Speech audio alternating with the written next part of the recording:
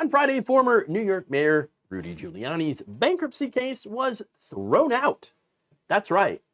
Giuliani had faced a significant judgment against him from two election workers who said that he had lied and defamed them. The women, Ruby Freeman and Shay Moss, ended up winning their defamation suit and were granted about $148 million in a judgment that Giuliani has to pay. Giuliani also owes another at least $10 million to other creditors. And so as a result, he decided to immediately file for bankruptcy protections. That effort was dashed on Friday after the judge dismissed the case, which means everybody can now go after Giuliani's assets. It is going to be a feeding frenzy. It's going to be absolutely hilarious. The boy ain't going to have nothing left, okay?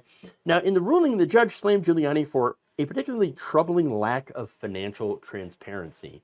And so during this bankruptcy proceedings, he was given someone to look after his assets that Giuliani was supposed to report on what his assets were, okay, what his income was.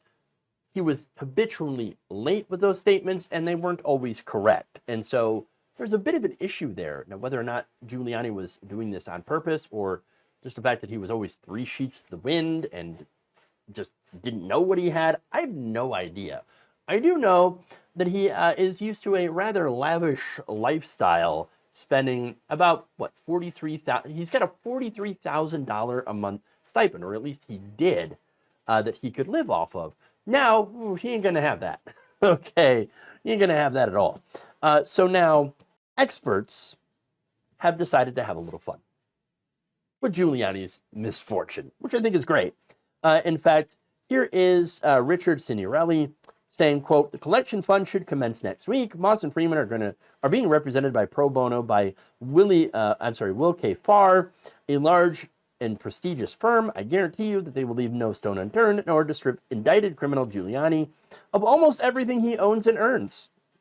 Sometimes the good guys win," writes Molly Jong Fast. In fact, here you have others. One said, "If I had a friend that had destroyed his ability to earn an income and international reputation in service to me, I would reach out and help him financially if he fell on hard times, especially if I claimed to be a billionaire that could afford to easily. Just saying." That is, of course, referring to former President Donald Trump, although he's kind of busy right now. I mean, this decision had came down the day before Trump was shot at by a white cisgender male Republican.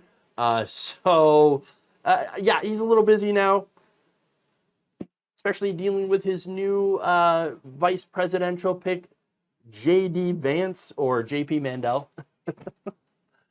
So, yeah, basically, Rudy, he ain't going to take your calls, okay? That's all I'm trying to say. Now, another says, "These are Trump's people. Funny how he attracts the worst of the worst. Rudy Giuliani went from America's mayor to America's most wanted," said an investor, Daniel Mikovic. And then another said, "I hope Shay Moss and Ruby Freeman get every penny Giuliani has left." Agreed. And then Amy Siskin simply with the womp womp. Yes. Very appropriate. Look, there's a lot of bad news that's going on currently in the United States. Some better in the world, like, the left-wing victories in the UK and in France. But in the US, things are not good. Not good. But even with all the bad that's going on, we can say that at least in some cases, bad things still happen to bad people. And that is a good thing. Thank you for watching. If you enjoyed this video, please like, share, subscribe, hit the bell icon in order to get notified whenever a new video is released.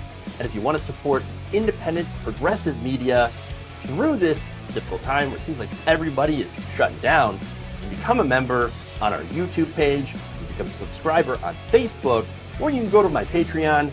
It's patreon.com/Jeff Waldorf. Thank you.